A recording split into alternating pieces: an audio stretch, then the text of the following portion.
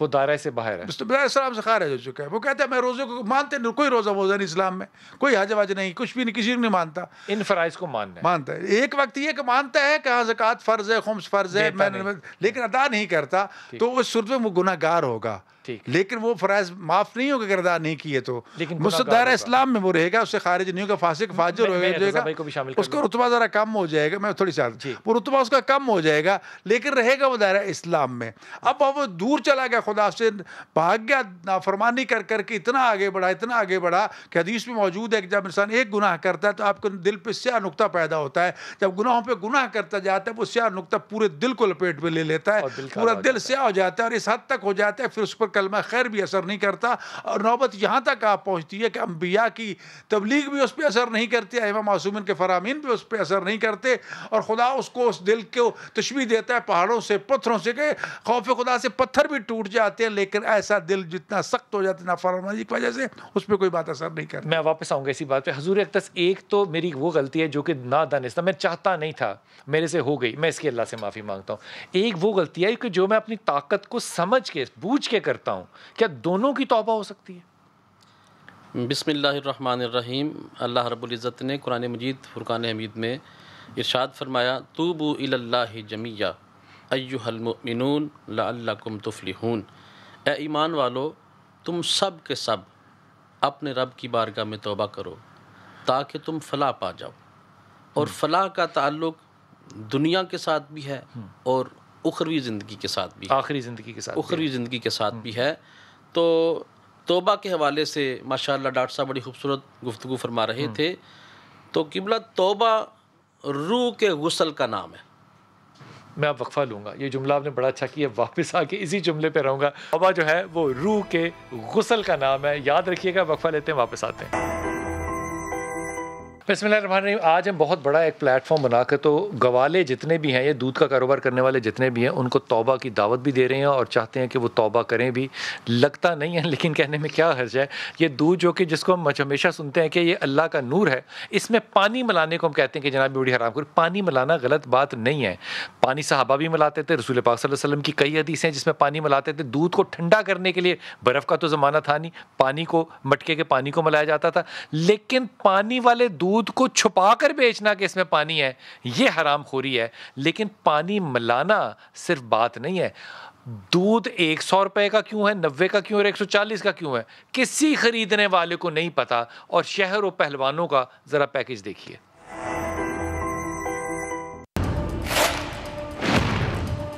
پہلوانوں کے شہر میں منافع خوروں کا داؤ, عوام پر مہنگائی کا ایک اور گھاؤ. گجرانوالہ میں دودھ کی قیمتوں میں راتوں رات اضافہ. چند روز پہلے 110 روپے فی لیٹر ملنے والا دودھ اب 130 سے 140 روپے میں فروخت کیا جا رہا ہے. بچے چھوٹے چھوٹے معصوم ہیں, اب وہ دودھ کی جگہ پانی فیڈر میں ڈال کے ان کے والدین دے رہے ہیں. لوگوں کے بچوں کے منہ سے دودھ بھی چھین رہے ہیں. میں سمجھتا ہوں یہ حرام خور مافیا ہے. ایک دکان پہ جاؤ وہ کہتا ہے جی 110 روپے ہے, ایک دکان پہ جاؤ وہ کہہ رہا ہے 130 روپے ہے. یہ چور اور ڈاکو اپنی اپنی مرضی کے ریٹ لگا رہے ہیں. دکانداروں سے قیمتوں میں اضافے کی وجہ پوچھیں تو سارا ملبہ گوالوں پر ڈال دیتے ہیں. پیچھے سے جو ریٹ ہے نا, جو بینس والے ہیں وہ 100 تو 15-20 روپے ریٹ دے رہے ہیں. اب پہلے وہ ریٹ دے رہے تھے 95 روپے 100 روپیہ کلو. ہم نے بڑی کوشش کی ہے, ایک مہینہ تک ان سے لڑتے رہے ہیں کہ رمضان نکال لو تو نہ ریٹ پر بڑھاؤ. گوالوں سے مہنگے دودھ کا سوال کریں تو لاک ڈاؤن اور مہنگی بھینسوں کی کہانی سناتے ہیں. بھینس کی قیمت بہت زیادہ بڑھ گئی ہے. پہلے 2-2.5 لاکھ کی ملتی تھی, اب 3-3.5 لاکھ کی ملتی ہے. ضلع انتظامیہ سے دودھ کا سرکاری ریٹ بھی سن لیں. گورنمنٹ نے 90 روپیز پر لیٹر کے حساب سے یہ ریٹس نوٹیفائی کیے ہوئے ہیں. اس سے زیادہ ہم بیچنے کی اجازت نہیں دے سکتے. 11 لوگوں کو اریسٹ کیا ہے, 31 FIRs دی ہیں اور 4.5 لاکھ روپے ان پہ فائن بھی کر دیے. اب تک 4.5 لاکھ روپے جرمانے کیے جانے کے باوجود منافع خوروں کے ہوش ٹھکانے نہیں آئے. کیمرامین شبیر حسین کے ساتھ محسن خالد, سما, گجرانوالہ. یہ جتنے بھی لوگ سب باتیں کر رہے تھے نا، میں ایک ذاتی تجربے سے کہہ رہا ہوں، میں بھینس پالتا ہوں. بھینس پالی ہونا اور آپ اس کو بہترین غذا کھلا رہے ہوں، آپ اس کو 2 دفعہ دن میں نہلا بھی رہے ہوں، آپ نے اس کے لیے ایک آدمی بھی رکھا ہو، آپ کو 1 کلو دودھ جو ہے وہ تقریباً 100 روپے کا پڑتا ہے، اور اس کے اندر پانی شامل نہیں ہوتا، خالص دودھ. اور اگر اس میں 30% آپ پانی ملا لیں تو اس کی قیمت جو ہے وہ 90 سے بھی کم ہو جائے گی. پانی اس لیے بھی ملا لیتے ہیں کہ بچے عام طور پہ بالکل پیور دودھ ہمارے نہیں پی سکتے، لیکن اجتماعی طور پہ جب پہلوانوں کے شہر میں جھوٹ سننے کے بعد بھی آپ کی اگر تسلی نہ ہوئی ہو تو خیر سے چلتے ہیں جناب محمد لقمان صاحب کے پاس جو ہمارے رپورٹر ہیں لاہور میں. اور آپ اب سنیے ان سے دال سبزی بھاؤ کا جو ریٹ ہے وہ کیا چل رہا ہے. امید کے ساتھ طاق راتوں میں ایمان بڑھ گیا ہوگا اور حرام خوری کم ہو گئی ہوگی. محمد لقمان فرمائیے. جی بالکل، اس وقت میں ایک فروٹ منڈی میں موجود ہوں جہاں پہ ریٹ جو ہے تقریباً وہی چل رہے ہیں جو کہ پہلے سے، بلکہ سم ٹائم اب چونکہ آج آخری روز ہے جمعے کا تو اس میں بھی ایک لوگوں میں رجحان زیادہ ہے، لوگ زیادہ آ رہے ہیں. اور لیکن مسئلہ سب سے بڑا ہے قیمتیں تو شاید سرکار کی ہیں لیکن جو کوالٹی نہیں ہے، جو اگر صحیح والی کوالٹی کی چیز خریدنا چاہیں تو وہ یہاں نہیں خرید سکتے. جیسے سیب ہے 150 روپے اس کی قیمت ہے، لیکن 150 روپے والا سیب یہاں موجود نہیں ہے. جو سیب ہے وہ اس سے کم قیمت والا موجود ہے لیکن بک وہ 150 روپے رہا ہے. جو گریڈ 2 اور گریڈ 3 کا سیب ہے بک رہا ہے. اس سے آلو لے لیں، اگر اس کی قیمت 41 روپے ہے تو 50-60 میں بک رہا ہے، لیکن گریڈ 2 بک رہا ہے. ہر چیز اسی طرح گریڈ 2 کی بک رہی ہے. اور جو سب سے زیادہ قیمت اگر آج بڑی ہے تو وہ چکن کی ہے جو کہ تاریخی لیول پہ ہے 397 روپے 20 کلو. لیکن 397 جو ہے وہ کوئی صاف ستھرا نہیں ملے گا. اگر آپ شہر کے جو پاش ایریا ہیں، اپ اسکیل ایریا ہیں، ان میں چل جائے تو 450 روپے کلو سے کم چکن نہیں مل رہا. گویا کہ جو ایک ثواب کمانے کا موقع ملا ہے تاجروں کو، وہ یقیناً ثواب نہیں کما رہے، وہ پیسہ ہی کما رہے ہیں. ان کے ذہن میں یہی ہے کہ یہ پیسہ مل جائے چاہے اس کے بدلے میں کچھ ہے. اسی طرح جو اگر کوکنگ آئل ہے. لقمان آپ کا بہت شکریہ. یہ جو لقمان ہیں شریف آدمی، ظاہر ہے سارے شریف لوگ ہیں. یہ لقمان صاحب کہہ رہے ہیں کہ گریڈ 2 کے اور یہ گریڈ 2 نہیں ہے، اس کے لیے صحیح لفظ ہے جی 2 نمبر چیز جو ہے وہ اتنے کی ہے اور 1 نمبر چیز اتنے کی ہے. یہ 2، 1 اور 3، 4 یہ 10 تاریخ تک جاتا. زبیر بھائی یہ فرمائیے گا کہ یہ توبہ جو ہے اگر میں دانستن کروں کوئی گناہ یا غیر دانستن کروں تو توبہ کیا برابر کی ہوگی؟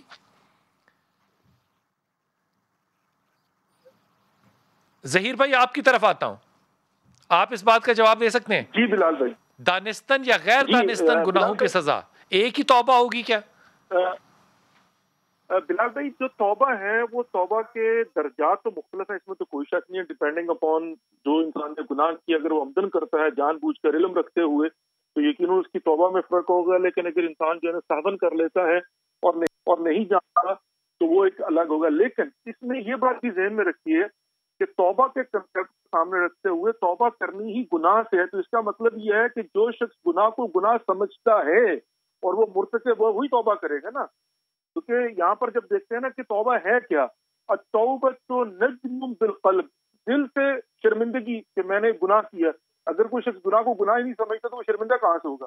وہ استغفار باللسان، اور زبان سے استغفار کرنا، وہ ترک بالجوارح، اور پھر اس کو ترک کرنے کا ارادہ بھی کرنا ہے. توبہ میں اور استغفار میں فرق ہے؟ جی توبہ اور استغفار میں فرق یہ ہے کہ توبہ زندہ انسان کر سکتا ہے، توبہ انسان اپنی زندگی میں کر سکتا ہے، توبہ رجوع کرنا ہے.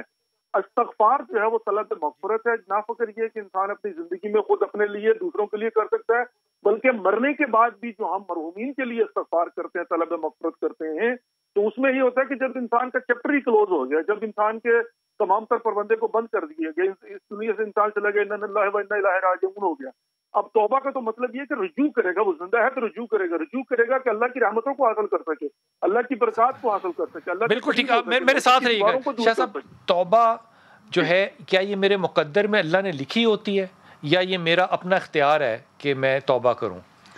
دیکھیں شاہ جی، یہ بات بار بار ہو رہی ہے کہ انسان کے مقدر میں لکھی گئی ہے، انسان مجبور محض ہو گیا ہے. جب اگر انسان مجبور ہے تو پھر تو سارا فلسفہ ہی ختم ہو گیا. ٹھیک، پھر تو نہ دعا کی ضرورت ہے، نہ پھر کسی اور چیز کی ضرورت ہے، نہ توبہ کی ضرورت ہے. ظاہر ہے کہ جب ہونا ہی یہی کچھ ہے تو پھر کیا ہے؟ ایسی بات نہیں. کچھ امور ایسی ہیں تکوینیہ اس میں انسان مجبور ہے, پیدا ہونا ہی ہونا ہے. ٹھیک جی, وہ نہیں کہہ سکتا, اختیار نہیں ہے, مرنا ہی مرنا ہے. اس نے موت آنی ہے, اس میں تقدم و تاخر ہو سکتا ہے. نیکی کرے گا زندگی بڑھ جائے گی, گناہ کرے گا زندگی کم ہو جائے گی, صدقہ دے گا موت ٹل جائے گی. تو یہ چیزیں ہیں. لیکن یہ کہنا کہ باقی جو امور ہیں اس میں بھی انسان مجبور تو پھر تو فلسفہ ہی ختم ہو جاتا ہے.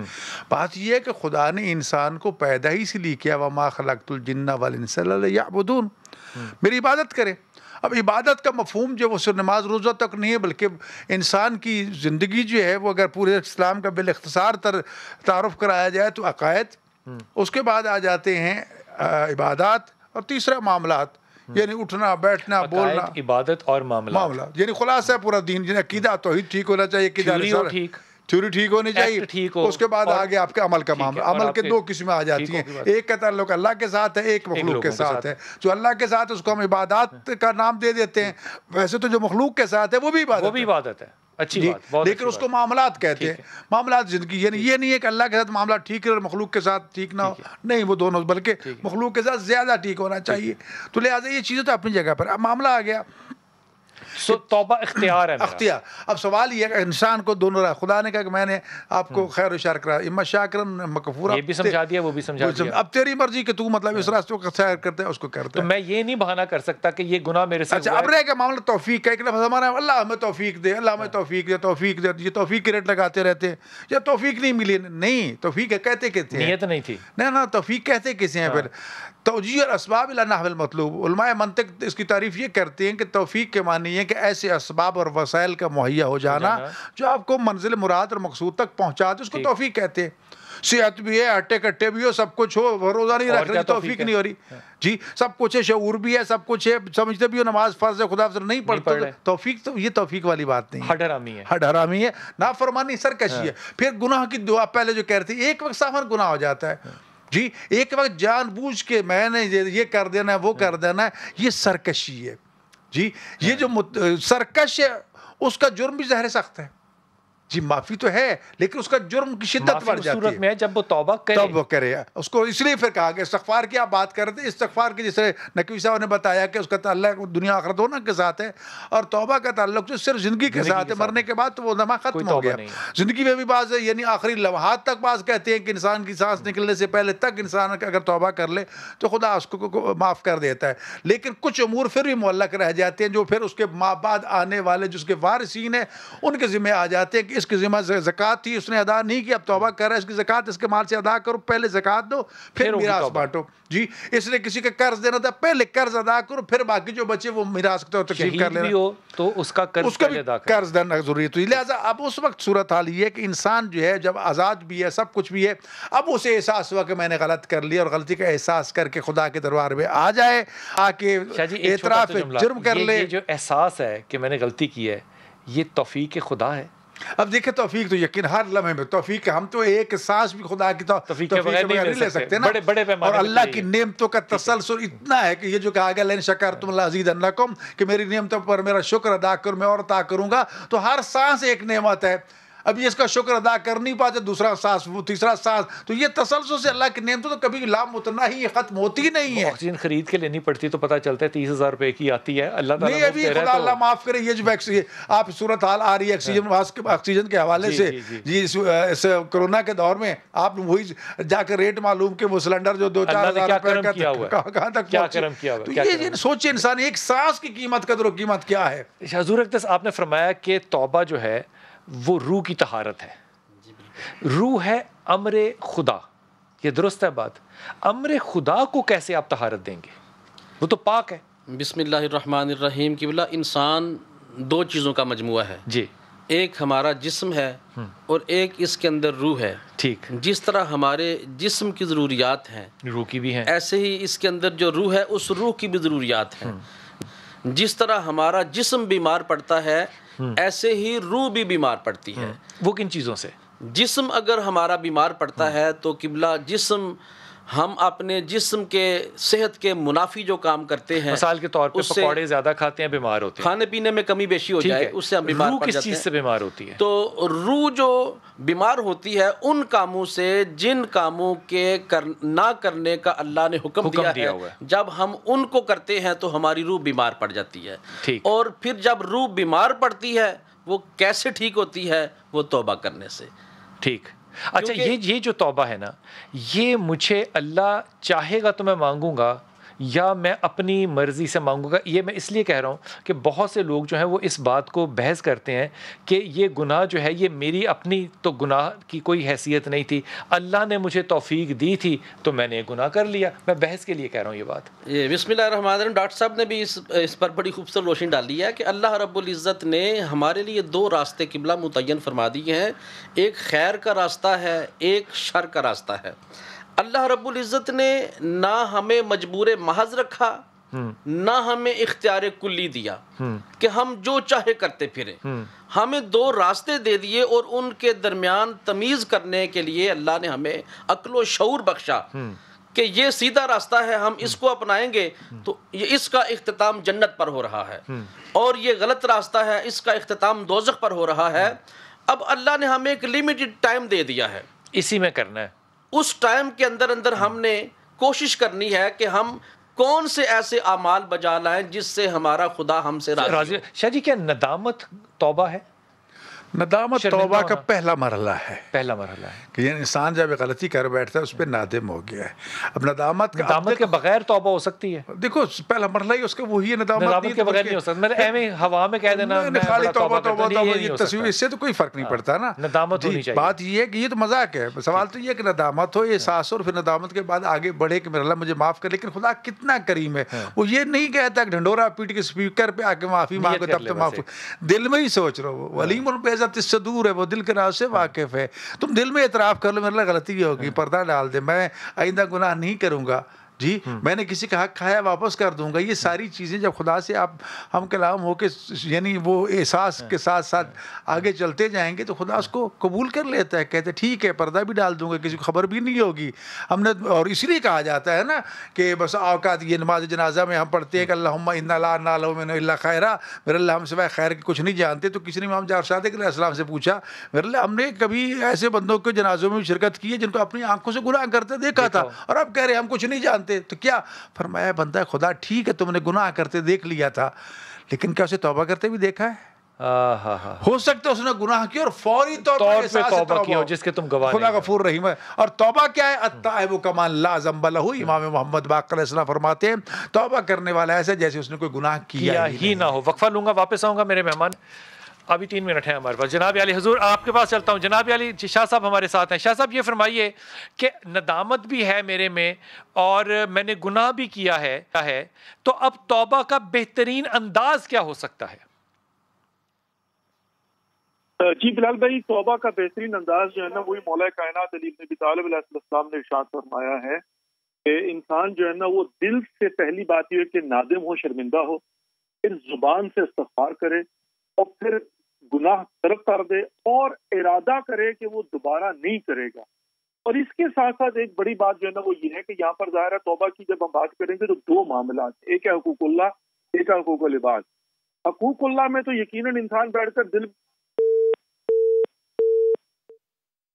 ہمارے ساتھ جی ادا کرنا ہوں گے، حقوق العباد بھی دینے ہوں گے۔ اس کے بعد اگلا مرحلہ جو آتا ہے اسی فرمان میں وہ یہ ہے کہ اگر اس انسان نے رزق حرام کھا کھا کے اپنا وجود پروان چڑھایا ہوا ہے تو فرمایا رزق حلال سے اپنی تربیت کرے اور خوف خدا سے روزے رکھ کے کسی اور وجہ سے اس کا وجود اتنا یعنی ڈھل جائے کہ اس کے جسم پہ صرف کھال باقی رہے اور اثرن اور رزق حلال سے پروان چڑھے۔ اور آخری بات جو اس کی تکمیل ہے وہ یہ ہے کہ جس طرح گناہ کرتے ہوئے لذت محسوس کیا کرتا تھا، اب اللہ کی راہ میں عبادت کرتے ہوئے جو تکلیفیں آئیں ان تکلیفوں سے بھی اب راحت سمجھے، لطف اندوز ہونا شروع ہو جاتا، سمجھے تم نے سچی توبہ کر۔ کیا بات ہے حضور فرمائیں کہ میں ایک دفعہ توبہ کرتا ہوں وہ گناہ دوبارہ میرے سے سرزد ہوتا ہے۔ دیکھو خدا پھر غفور رحیم ہے کہ ہم نے توبہ کر لی وہ معاف کر دیتا ہے، لیکن وہ غفور ثم العواد، وہ کہتے ہیں پھر گناہ کیا وہ پھر بھی توبہ، پھر گناہ کیا، چاہے دانستن کروں، زہر دانستن بھی ہو سکتا ہے۔ اور حدیث سے کچھ سے بڑا کمال خداوند متعال کا فرمان ہے کہ وہ بندہ خدا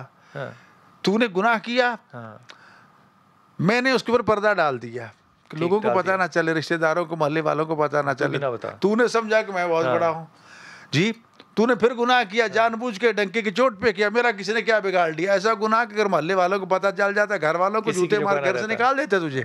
جی میں نے اس میں پردہ ڈال دیا کہ تیری عزت رہ جائے, تو پھر بھی نہیں میرا استطاعت ہوا, تو آگے بڑا ایسا گناہ کیا کہ حکومت کو پتہ چلتا تجھے سزا موت دے دیتے.